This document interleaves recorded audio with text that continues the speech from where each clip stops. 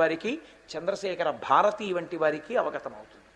కాబట్టి గాశ్రుదీప్తాయనంగ విఖ్యాతమైన లోపల ఉన్న ఆ దీపమేదో అది నువ్వు అసలు.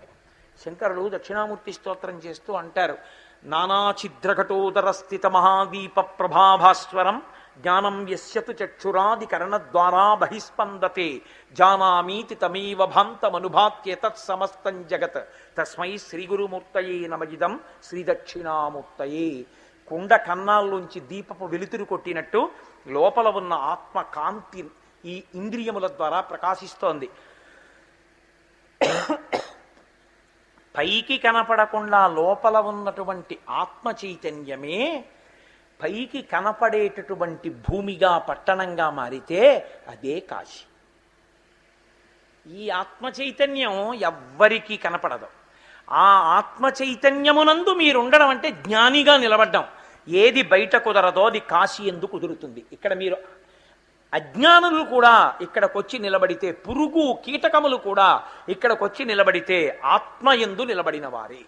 కాబట్టి గాశ్రుదీప్తాయనంగ విఖ్యాతమైన ధాతువున కాశీయ్య భూతలంబునందు, ఈ భూతలం మొత్తం మీద ఇది ఈ పట్టణానికి ఒక్కదానికే కాశీ అని పేరు. ఈ పట్టణాన్ని చూసి ఇలాంటి పేరు మనకుంటే బావుణ్ణు అని ముచ్చటపడి దక్షిణ దేశంలో కొన్నింటికి కాశీ కలుపుకున్నారు. టెంకాశీ. అలాగే దీపావళి మందుగుండు సామాను తయారు చేస్తుంటారు, శివకాశి. ఇవన్నీ కాశీ అని ఎందుకు కలుపుకున్నారో తెలుసా అండి? ఈ కాశీని చూసి పేరన్నా పెట్టుకుందామని. పేరు పెట్టుకుని కాశీలు అయ్యాయేమో కానీ ఒరిజినల్ కాశీది ఒక్కటే. కాబట్టి గాశ్రుదీప్తాయనంగ విఖ్యాతమైన ధాతువున కాశీయ్య భూతలంబునందు, ఈ భూమండలం మీద ఆత్మ చైతన్యము పట్టణంగా ప్రకాశించేటటువంటిది ఇదొక్కటే పార్వతి. అందుకే ఇందులోకి అడుగు పెట్టనివ్వను ఎవరిని. ఇందులోకి వచ్చాడు అంటే నా అనుగ్రహమును పొందినవాడు అని గుర్తు. మనం ఎంత సంతోషించాలో ఆలోచించండి. మనం పరమేశ్వరుడికి ఎన్ని కృతజ్ఞతలు చెప్పుకోవాలో ఆలోచించండి కాశీ పట్టణానికి రావడం అంటే. కాబట్టి ఇందుకు రానివ్వవు ఉగ్రభూతములు. వీడు ఇంత అభ్యున్నతిని పొందితే ఇక మళ్ళీ పుట్టడం మళ్ళీ చావడం ఉండదు వీడికి.